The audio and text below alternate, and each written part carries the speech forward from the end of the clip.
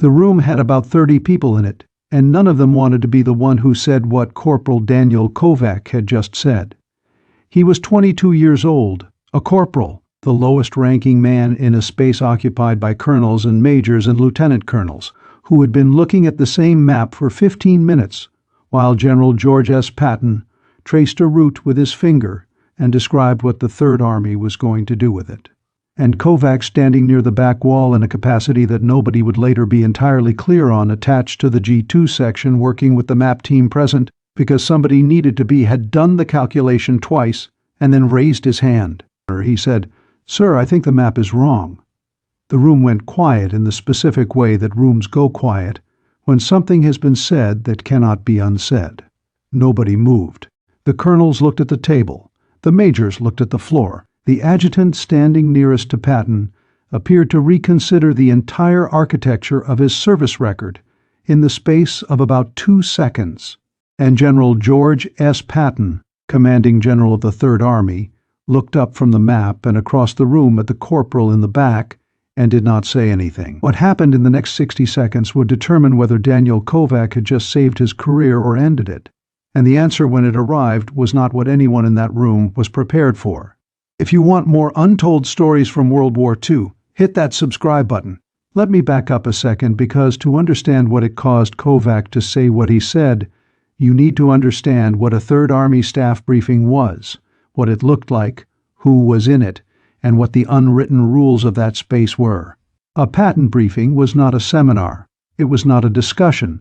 It was information flowing up and orders flowing down in a room where rank was the most visible thing about everyone present, and where the distance between a corporal and a commanding general was not a matter of feet, but a matter of the entire organizational chart of the United States Army. The officers who attended these briefings were experienced men. They had earned their ranks through campaigns and the accumulated weight of professional judgment. Some of them had opinions about the maps on those boards. Some of them had looked at the same overlay Patton was pointing at and had the same reservation that Kovacs had, and they had kept those opinions to themselves because this was the Third Army and this was Patton, and a general who wore ivory-handled pistols and drove through artillery range and expected the road to move when he was on it did not routinely invite correction from colonels, let alone from the lowest rank in the room. That was the room Daniel Kovacs raised his hand in. Now here's the thing. The Third Army's operational success in 1944 was built on a specific foundation that was easy to overlook in the accounts of fast marches and dramatic crossings and the sheer speed of the advance across France. What built that speed was not recklessness. It was the accuracy of the planning underneath it. A wrong road could delay a division by hours. A misidentified bridge rating could strand armor on the wrong side of a river. A map error in a staff briefing was not an academic problem. It was a potential catastrophe measured in fuel and time, and at the far end of the arithmetic, men who were depending on the information being right and the overlay that Patton was pointing at that morning had something wrong with it. The junction he was placing on a road running through the northern edge of a particular French town, was not where the overlay showed it. The town's road network had been significantly altered in a reconstruction effort in the mid-1930s following flood damage, and the junction that appeared on the overlay was based on cartographic information that predated those changes by nearly a decade. The actual junction was roughly 1.5 kilometers southwest of where the overlay placed it. In map terms, a small distance. In the terms of a mechanized column moving at speed through unfamiliar terrain. It was the difference between arriving on time and arriving 3 hours late, between a coordinated advance and vehicles stacking up on a road that didn't connect to the route they had been briefed on. Kovacs knew this because before the war he had spent 2 years doing field survey work, and the map archives he had worked through included the exact administrative records documenting the 1930s reconstruction. It was not common knowledge. It was the kind of knowledge that arrives from standing in actual terrain with a transit and a notebook and checking what the map says against what the ground says until the difference between those two statements becomes the only thing you look for when you look at a map. He had recognized the error immediately. He had done the calculation about whether to speak. He had waited while a colonel, who was certainly looking at the same section of map, said nothing. He had waited while a major with operational responsibility for the route under discussion said nothing. And then he had raised his hand. Picture the scene. 30 men in a room, a map on a board, a general's finger on it, one corporal's hand going up. Here's what doesn't make it into the history books. The silence that followed Kovacs speaking lasted long enough for every person in that room to make a private assessment of what they were watching and what it was going to produce. Some of the men around that table had the same question Kovacs had just voiced. They had felt the same unease and calculated the same cost of speaking and arrived at a different answer than Kovacs had. The colonels who said nothing were not incompetent men. They were men who understood the rules of the room they were in and who had decided in the space of a breath that the rules outweighed the error on the map. That calculation, the one that produces silence when accuracy requires speaking, is the thing that Patton understood better than almost any other commander in the theater he had seen it operate at cost. He knew what a staff of yes-men produced, because he had watched other commands produce it. An army in which the man with the most rank is always right is an army that will eventually drive a column down a road that doesn't exist. And the cost of that error is not borne by the men who stayed quiet in the briefing. It is borne by the men in the vehicles. Stay with me, because what happened next in that room is the part nobody was expecting. The accounts that survive are consistent in shape. Patton looked at Kovacs for a long moment, not the way a general looks at an interruption, not the way a man looks at something that has irritated him. He looked at Kovacs the way he looked at terrain, reading it, taking the measure of what he was seeing, and then he said with the brevity that characterized everything he said when he wasn't performing, "Show me." Kovacs came forward from the back of the room to the map table past the colonels and majors to stand beside Patton at the overlay. He indicated the junction. He explained the discrepancy, the 1930s reconstruction, the displacement, the specific distance between where the overlay placed the junction and where it actually was. He did not speak for long. He said what needed to be said and stopped. Patton looked at the map while Kovacs spoke. He did not look at Kovacs. He looked at where the finger was pointing, then at the surrounding terrain features, then at the overlay notation at the bottom corner indicating the cartographic source date. The room was completely silent. Then he said, without raising his voice or addressing anyone in particular, "He's right." And this is where it gets complicated, because what Patton did in the 30 seconds after that moment tells you something about how the Third Army actually worked that the battle histories tend to pass over. He did not make a scene of it.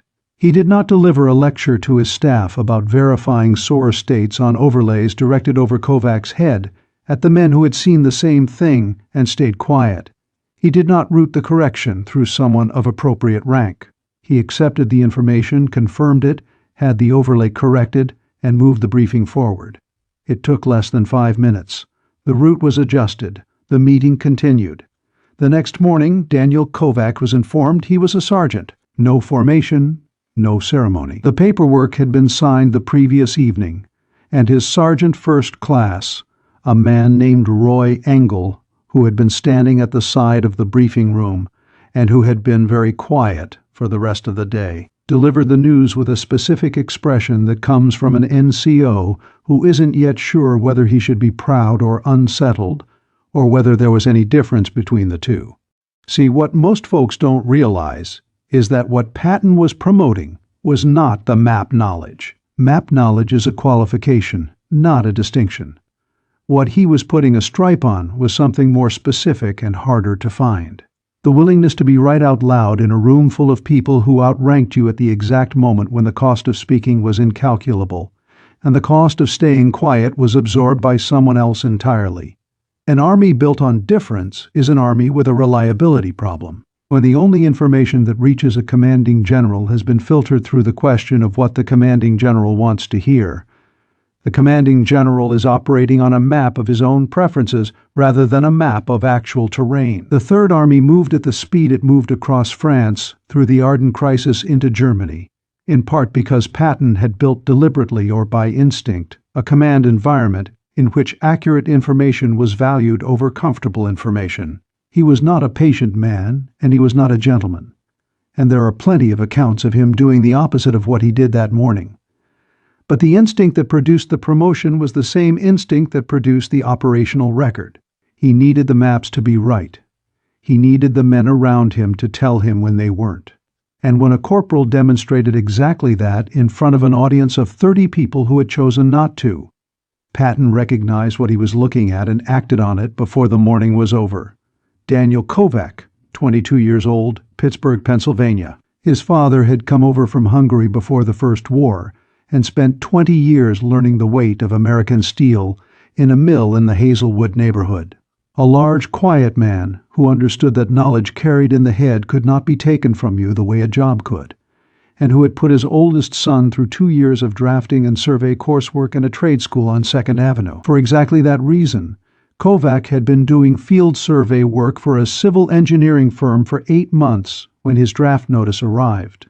8 months of checking maps against terrain, of learning the discipline, of knowing that what a map says and what the ground says are 2 different statements, and only one of them is true. He had a younger brother named Thomas, still finishing school, and a girl named Helen, who worked at a department store downtown and wrote him letters about things that were not the war, which was exactly right. He had bought a ring from a soldier who needed the cash, kept it in a small tin in his kit, and was planning on asking Helen a specific question when he got back. He had a practical plan for the afterward. Finish the certification, find work with Allegheny County's engineering department. He was not a romantic. He was the kind of man who looked at a map and saw what was actually there. When Angel told him about the stripe, Kovacs' first question was whether the route had been corrected on the operational overlay. Angel looked at him for a moment, said it had. Kovacs nodded and went back to the maps. The briefing room had been reset by then, new overlays. The Third Army moved the way it always moved, fast forward, without looking back at the rooms it had left behind.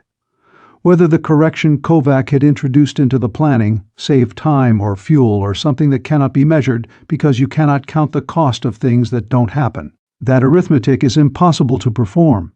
What is possible to say is this: a column that was going to drive toward a junction that wasn't where the map said it was, drove instead toward the junction that was. And the man who made that happen went back to his maps the next morning with one more stripe on his sleeve and the same pair of eyes he had always had.